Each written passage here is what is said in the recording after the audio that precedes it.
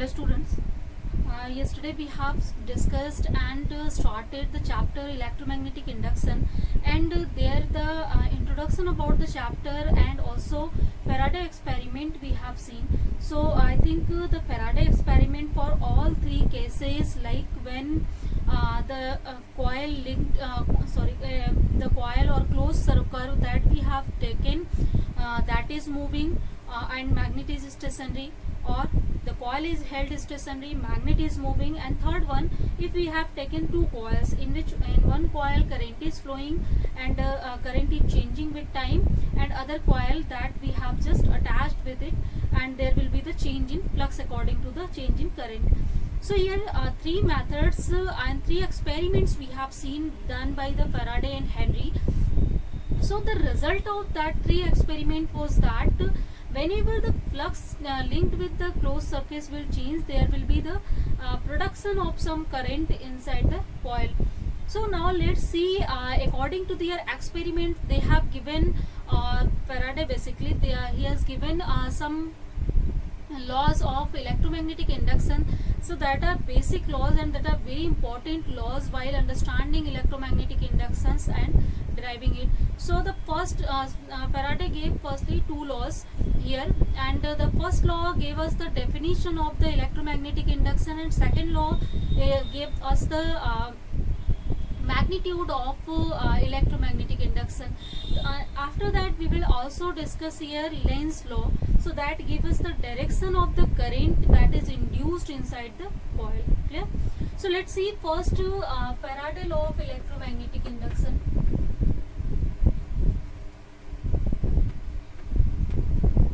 So Faraday's law, first law, if you will see, so according to the first law of Faraday law, it is saying that whenever there will be the change in the magnetic flux linked with the coil, then that time an induced EMF that will be generated inside the coil, and hence a current will be produced inside it. So this is this is called electromagnetic induction. So this is the first law of Faraday, and this is obtained by the experimental result. I have told you already this number of times. So this is the first law that define what is electromagnetic induction and why we are getting electromagnetic induction. So simple induction or induced EMF or current generation is called in electromagnetic induction whenever there is a change in the flux linked with the coil. If flux is not changing, then there will not be production of any kind of induced current or EMF. Second law is here, that is giving us the magnitude of this induced EMF inside it. So according to the Faraday's second law, the magnitude of EMF that is induced inside the coil, that is rate of change of magnetic flux. We are saying already that whenever the change in magnetic flux we will have, that time induced EMF we will get. So according to the second one, if we will see the magnitude of induced EMF, suppose the small a is induced EMF here. So this is given by rate of change of magnetic flux. So this is the second law of the Faraday. Next one here, the very important law also, this is Lenz's law. So Lenz's law gives us the direction of the induced current, basically, that is flowing inside the coil due to the induced EMF generation. So according to the Lenz's law, the production of induced EMF inside the coil is in such a way that it always opposes the cause through which it is produced. So it means that if there will be the production of induced current, then that induced current will start to oppose the magnetic flux or change in magnetic flux due to which it has been started to just produce here. So it is just opposing its own cause here, and so that it always try to align it just opposite to the their directions, or such as you know that magnetic field always induces some magnetization. So whenever it induced magnetization, then it produces some north and south pole inside it. So in such such a way the production inside the material we are getting or coil we are getting, it always opposes the movement of the coil magnet, or you can say that the change in the flux there. So it means here if you have to just write down the direction, then that time you can write it by the minus sign. So next one here, after the discussion of these laws, later I will tell you what is the cause of the Lenz law also. Second and next concept is here, that is the mathematical forms of the laws of electromagnetic induction. So according to mathematical forms, as I told you, according to Faraday's second law, the magnitude of induced EMF is given by d pi by dt. And if you will introduce here Lenz law, then according to Lenz law, this produced EMF or current that is opposing its own cause, yeah, that means it is opposing the change in flux. That's why we can just put here negative sign. So this negative sign tells us that there is always change in the flux whenever there will be increase in the induced EMF or current here. So these are the basic mathematical forms of the electromagnetic induction, and through which we can calculate the induced EMF here. And suppose if the coil that we have used that has n number of turns, then for that case this formula can be written as minus n d pi by dt.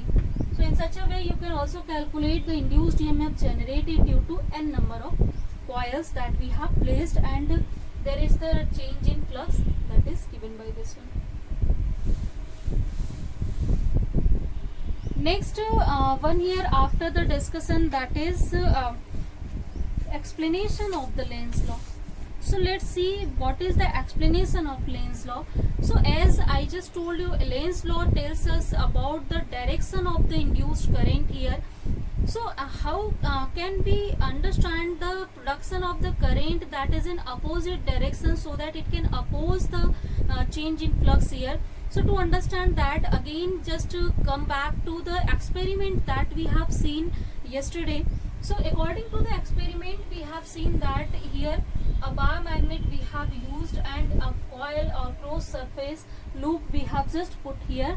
So if suppose north pole of the magnet is near to the loop and south pole is near, means the magnet is moving towards this coil, or coil is moving towards it. So in this way the magnetic flux linked with the coil that is changing, because there is the change in electric field lines crossing per unit area of this loop.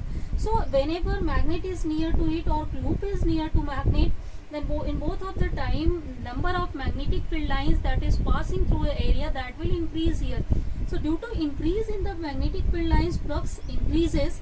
So as here the flux increases, then a current is set up, because an induced EMF is set up here, and due to that a current will be set up inside it that is in anti-clockwise direction.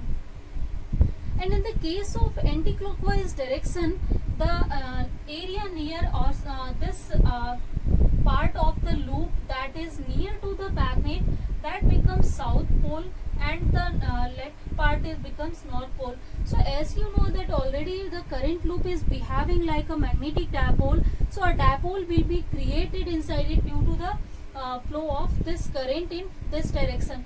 Means I think this is wrong, sorry. Here north pole should be here, south pole should be here. So this this magnetic moment is set up inside it, or the direction of current is in loop will be in this manner. Then this one will start to oppose the further motion of the coil or further motion of the magnet, so that the magnetic flux that is changing due to the change in the magnetic field lines crossing through this area, that will change. So because we have got the magnetic field or the current here, sorry, due to the change in magnetic field lines, so it will try to decrease the change in magnetic field lines, so that the magnetic flux that is changing, that will decrease here. So for this case, it will set up the current in such a way that it can oppose this magnet or the motion of the loop further, so that here this kind of magnetization will be created. Means this loop will try to go oppose. If it is in motion, if magnet is in motion, then it will repel it, then that's why it will try to go oppose. Then number of field lines will decrease here, and ultimately you can say that the induced EMF will be increased here. So clear, I think this reason is now clear. How can we understand this concept here? If there is the change in flux, then how it is opposing, why the direction is in opposite direction. So you can understand it by this one. In the second experiment, we have seen that if we are just taking this magnet opposite to this loop, or suppose if they are going away to each other, means if this is held stationary, magnet is moving in opposite direction, or magnet is holding stationary and this is moving in opposite direction, then for that case it try to produce electric current in such a way that it can also decrease the change in flux. Reason, whenever we will take it away from the loop, or loop will go away from this one, then magnetic field lines that is crossing through this area, that will decrease here. So again, with decrease in magnetic field lines, obviously flux linked with this coil will change, and due to the flux change in flux, we will get some induced EMF in this case. So in this case, the current is set up in such a way that its near pole will become the south pole, and the far pole will become the north pole. Means if magnet is moving away, then that time it will again try to attract it, or the loop will try to be attracted towards magnet, so that the magnetic field lines that is decreasing, that will come back to again to its original position by increasing the number of field lines. Whenever it will be attracted, then that time they will come closer to each other. Magnetic field lines crossing per area will be increased here, and that's why the field lines or flux that were changing, that can be reduced there. So it means that always it will set up the current in such a way so that it can just oppose this kind of the movement of magnet or loop, or you can say that it can oppose the change in the flux here, because the reason here to produce the current or induced EMF, that is change in flux. So they will try to always oppose that cause here. So students, I think the explanation for the Lenz law, that is now clear. Next one is also very important to hear concept, that is Lenz law and law of conservation of energy. So as now you can see here, I will tell you, just explain you how the Lenz law is expressing the law of conservation of energy. So right here, like Lenz law tells us that the direction of current will be always opposite to the direction of the or you can say that the change of flux. So it is opposing that. So if as it is experimental, then suppose we are not going to just support this hypothesis, we can just take opposite of this one. Means like I am saying that the current induces inside that will always support the cause due to this it is produced, means it is supporting the change in flux there. So in that case, whenever the flux will change, there will be current induction in that way. Like if we have seen this one case, means in north south and magnet is moving towards the loop, then that time it is not setting the current in anti-clockwise. Suppose it is sitting in clockwise, that time the south pole will be here, north pole will be here, means it will again attract this towards it, means it will increase the motion of the magnet here and increase the magnetic field lines, increase the flux here. So there will be increase in current and induced EMF. Means without doing any kind of work, we are getting some additional energy or current here, because we are getting electric energy here. So it means that this one hypothesis tells us that if currents start to support the change in flux, then that time it without any work done, we can just make a machine that can be utilized always this property, and we don't have to supply any kind of fuel to it, we don't have to provide any kind of source to it. Like in heat engine you have studied that we need always a source to supply some of the energy to the working substance so that it can work, and the rest of the energy it is supplying to the sink. So this is the process that we have studied up to now. Even Carnot engine we have seen there is a source, that is the idle engine, but here we are saying that we can make some perceptual kind of machine that no need to any kind of fuel, that no need any kind of source. So this is against the law of conservation of energy. So as our law of thermodynamics, it is also opposing it. So it means that here as law of conservation of energy violation we are getting, and you know already law of conservation of energy should be followed universally. It is also following universally always. So it means that we cannot take opposite to the hypothesis, means Lenz's law is always following in the circuit, means it is not supporting the flux, it is always trying to oppose the flux, means without doing any kind of work we cannot produce, we cannot change the flux further. Clear, I think? Means we cannot produce any kind of energy or work without supplying some fuel or without supplying using some source there. So I think this concept is now clear, how the Lenz's law is telling us that here is the conservation of law of energy we are getting, and why Lenz's law is very important for the electromagnetic induction. So I think basically the laws that we have discussed, that is now clear. What is the Lenz's law explanation, Faraday law of electromagnetic induction, experiments, that is now clear. So after the discussion of law of electromagnetic induction and explanation of that, let's understand some of the numerical problems based on the formula that up to now we have studied. So let's summarize the formula, students, first, that will help you to understand the numericals here. So we have just written some of the formula, that was BA cos theta, phi is equal to, that is magnetic flux, or we can write phi is equal to B dot dA or ds, you can also write here. So in this way you can also just define the magnetic flux. Third formula that we have understood for the case of magnetic induction, that is E is equal to d pi by dt, or you can also write it magnetic change in magnetic flux, that is pi 2 minus some pi 1 divided by some t, this is minus, or if there is n number of turns we have, then we can also just multiply n here for this one. So these are the formulas that we have just studied up to now. Let's see some of the numerical problems here. So first numerical problem that I am going to take, that is related to the magnetic flux.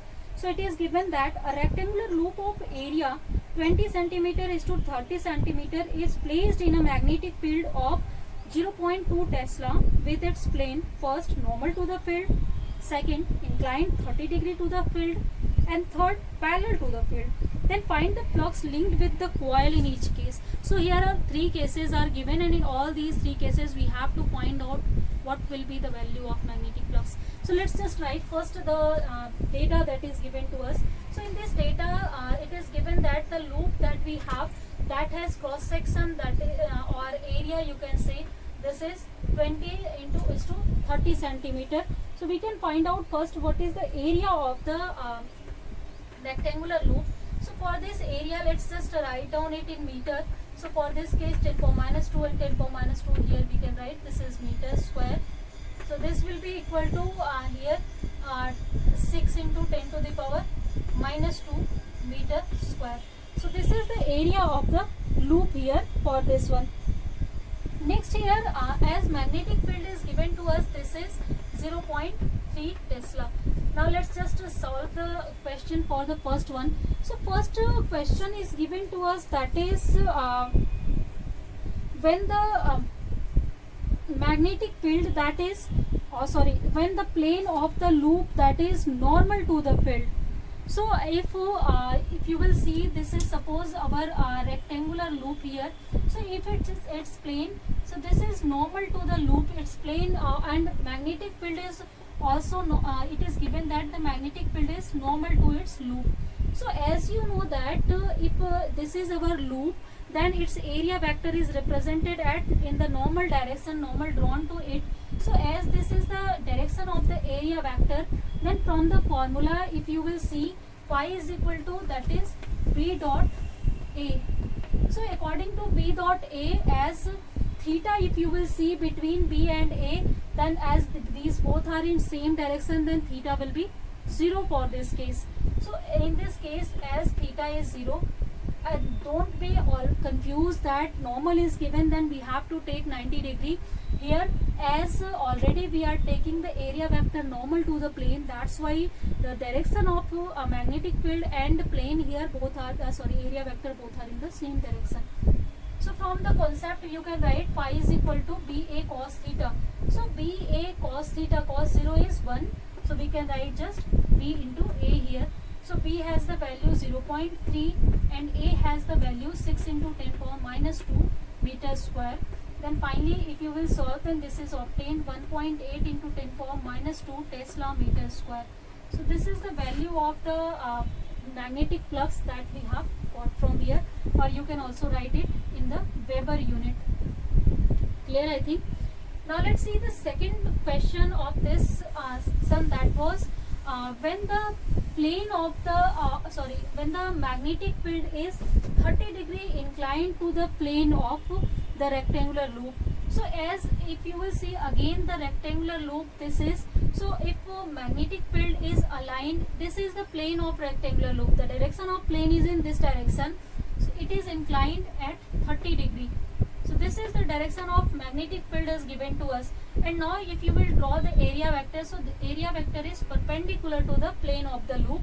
So area vector is in this direction, means the angle between area vector and magnetic field, as it is 90, so it is 60 degree now. So for the second case, the theta that we have, this is now 60 degree. So for this 60 degree, now you can solve, or you can use again the formula for magnetic flux. This is ba cos 60, and the value of b, that is 0.3, value of a, that is 1.6 into 10 power minus 2. So directly, as we have solved in the first question, I am going to write that value. So b and a, its product can be written as, this is 1.8 into 10 power minus 2, and cos 60 is 1 by 2. So if you will solve it, then this is obtained 0.9 into 10 power minus 2 Weber. So here the magnetic flux for this case is obtained, this value. The third one concept we have given, that is when the magnetic field, its direction is normal to the field, not normal, it is parallel to the field here. So in the last one case, as it is given that the magnetic field that is parallel to the plane, not field. So as this is the plane, the direction of the plane of the rectangular loop, and it is given that magnetic field is in this direction, this is parallel to this one. Now if you will draw the area vector, so area vector is always normal to this one. So the angle between the magnetic field and area vector is here 90 degree. So cos 90, if you will write from here, so theta will be 90, that means cos 90 is 0. So in this case, phi is obtained as a 0 Weber. So these three cases, I think according to this one, you are now able to understand how can you find out the angle between area vector and magnetic field from here, and how can you understand at which angle the magnetic field is lying here. Clear? Let's see the next question here, students. So next question is given to us, that is the magnetic flux through a coil perpendicular to the plane is varying accordingly to a relation, that is phi is equal to 5t square plus 4t square plus 2t minus 5 Weber. So as it is given that the magnetic field field that is perpendicular to the plane. So for normal to the plane, as you know already, theta will be 0, as the first case we have studied in previous question. So for this we will get some magnetic flux, and this is the value of magnetic flux is given to us. Now calculate the induced current through the coil at t is equal to 0 second if the resistance of the coil is 5 ohm. So it is given that we have to calculate the current at t is equal to 2 second if resistance of coil is given to us 5 ohm. Now this is the question related to the Faraday law of electromagnetic induction. So as you know that whenever there will be change in flux, then we will get there some induced EMF. So you can find out the magnitude of induced EMF, that is equal to d phi by dt, rate of change of flux here. So let's differentiate this whole equation by with respect to t here. So if we will differentiate the first term as t square, its differentiation is 2t. So here it will be equal to 10t. This is again 1 second students, I think sorry, here t cube we have, not t square. So if t cube we have, then 3t square we will get. So this is 15t square plus 2t here, that is 8t plus t, its differentiation is 1, and the differentiation of constant is 0. So this is the differentiation value we have got. Now we have to find out current at 2 seconds.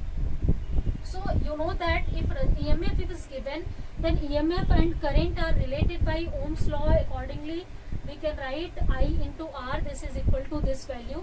Then we have to find out I at t is equal to 2 seconds. Then first let's find out what is the value of EMF at t is equal to 2 seconds. So at t is equal to 2 seconds, you can just put 2 here, and at the place of t here, this is 2.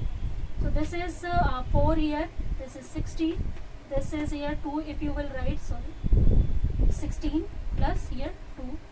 So finally you will get here 8 and 78, this value you will get from here for the E.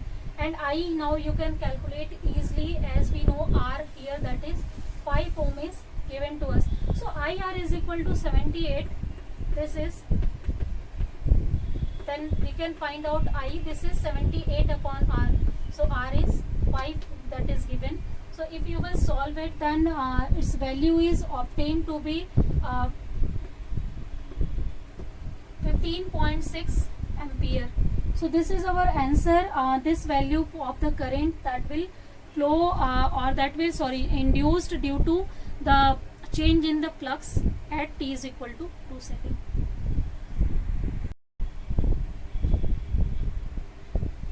So let's see one more numerical problem here, and after this numerical problem, I think the numerical based on this one you can easily solve it. So here a question is given to us, that is the magnetic flux threading a coil changes from 12 into 10 power minus 3 Weber to 6 into 10 power minus 3 Weber in 0.01 second. Then calculate the induced EMF. Then let's write down first the values that is given. The phi 1 is given to us, that is 12 into 10 power minus 3 here, this is Weber is given, and phi 2 is given to us, this one is 6 into 10 power minus 3 Weber, and here time is given to us 0.01 second in which it is changing in this bit. And now we have to calculate what will be the value of induced EMF in this case here.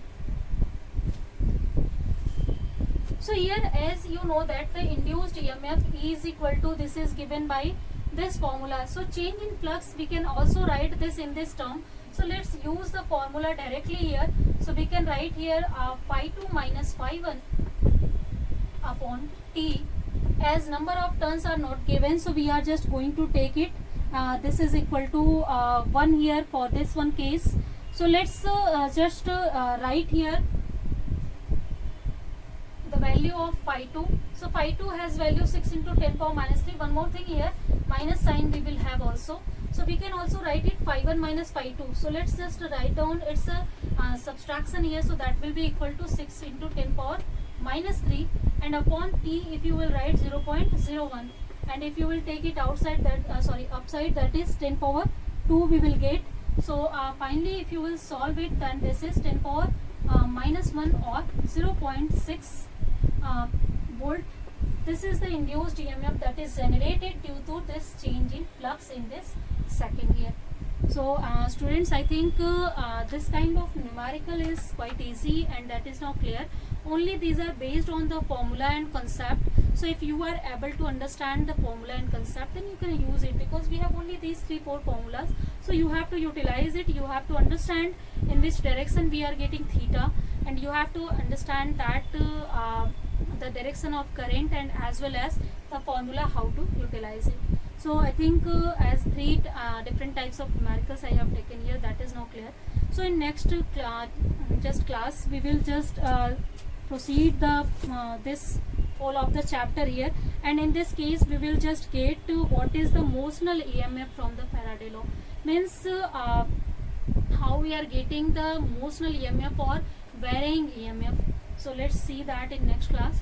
For today, let's end the class here. I think the topics we have discussed, that is totally clear now.